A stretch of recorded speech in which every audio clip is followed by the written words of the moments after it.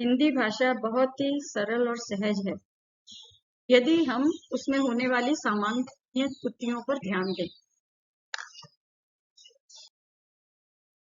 की और की के प्रयोग में बहुत ध्यान रखना होता है। की जो है वह दो वाक्यों को जोड़ती है और की दो शब्दों को जोड़ती है। स, श और श इनके उच्चारण में बहुत ध्यान देना होता है। स का उच्चारण दंतमूल से होता है, श का उच्चारण तालु से होता है, श का उच्चारण शटप के श की तरह होता है। यदि शतरंज वाला श और षटकोण वाला श साथ में आए तो हमेशा शतरंज वाला श पहले आता है और षटकोण वाला श बाद में आता है।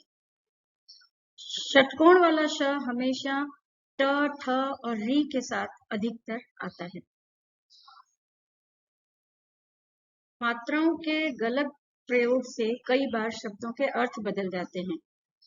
जैसे सुख और सूख। सुख का मतलब है आनंद, सूख का मतलब है सूख जाना। पिता, पीता। पिता यानी पिताश्री और पीता यानी पीने के संदर्भ में आता है। चुना चुनाव की तरह आता है और चूना जो इमारत बनाने के काम में आता है। बेल लता को कहते हैं और बैल जो किसान जिसके द्वारा हल जोतता है। बेर एक प्रकार का फल है और बैर शत्रु के लिए आता है। पिला यानी पिलाने के संदर्भ में आता है और पीला यानी पीला रंग। अनुस्वार, अनुनासिक और वचन के प्रयोग में बहुत ध्यान देना चाहिए। ये भाषा के बहुत ही महत्वपूर्ण अंग हैं। यदि हम अनुस्वार नहीं लगाएंगे और यदि हम अनुस्वार लगाते हैं तो अर्थ जो है वह भिन्न हो जाता है। जैसे निश्चित का अर्थ है निश्चय किया गया। जब अनुस्वार लगाएंगे निश्चिंत तो उसका अर्थ है चिंता रहित। एक वचन से बहुवचन बनाते समय भी हमें ये ध्यान रखना होगा कि जब एक वचन के अंत में बड़ी ई होगी तो जब हम बहुवचन बनाएंगे छोटी वर्तनी में बदल जाएगी। वाक्य में विराम चिन्ह का बहुत महत्व होता है। यदि हम विराम चिन्ह गलत जगह पर लगाएंगे तो अर्थ ही बदल जाता है। जैसे उदाहरण के लिए रोको के बाद जब अल्प विराम लगाएंगे तो रोको मत जाने दो।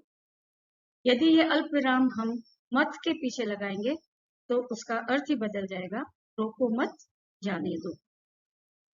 वाक्य में क्रम का भी बहुत अधिक महत्व होता है। यदि गलत क्रम होगा तो वाक्य अशुद्ध हो जाएगा।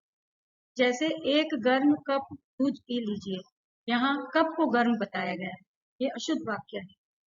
शुद्ध करते वक्त हम इसके क्रम को ठीक करेंगे, एक कप गर्म दूध पी लीजिए। अन्य अशुद्धियां भी होती हैं, जैसे मेरे को शब्द का प्रयोग अशुद्ध है, उसकी जगह मुझे आएगा। और हम मोहन को पुस्तक दे दिए हैं, कई क्षेत्रीय भाषाओं में ऐसा प्रयोग किया जाता है। तो यहाँ पर सही वाक्य होगा मैंने मोहन को पुस्तक दे दी है।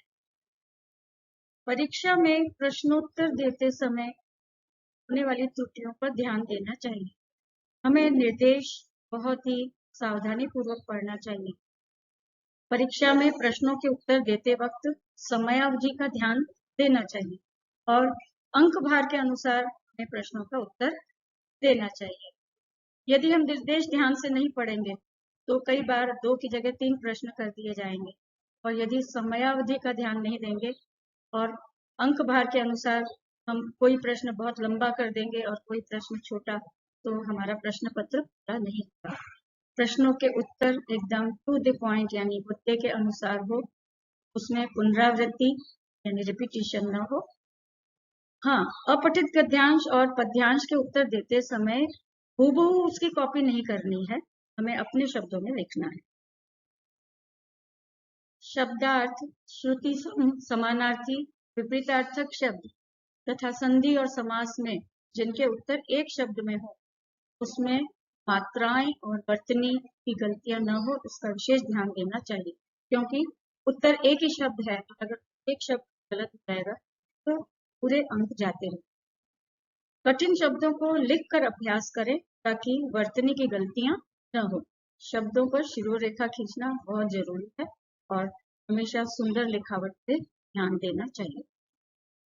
शब्दों के लिखने में कुछ अशुद्धियां हो जाती है, उस पर विशेष ध्यान देना चाहिए। जैसे बहुत को बहुत लिखते हैं कई लोग, भैया को भैया लिखते हैं, पहला में एक ही मात्रा लगा देते हैं, शांति में जो है छोटी वर्तनी होनी चाहिए, गुरु में छोटा ऊ लगता है र के नीचे, स्कूल में स्कूल लिख देते हैं, भाषा में श की जगह स प्रयोग कर देते हैं। तो इन गलतियों पर हमें विशेष ध्यान देना चाहिए। आशा है मैंने जो बातें बताई जिनमें आपकी त्रुटियां होती हैं और जो ध्यान देने पूर्वक बातें हैं उनको ध्यान में रखकर शुद्ध हिंदी लिखेंगे और सफलता प्राप्त करेंगे। शुभकामनाएं।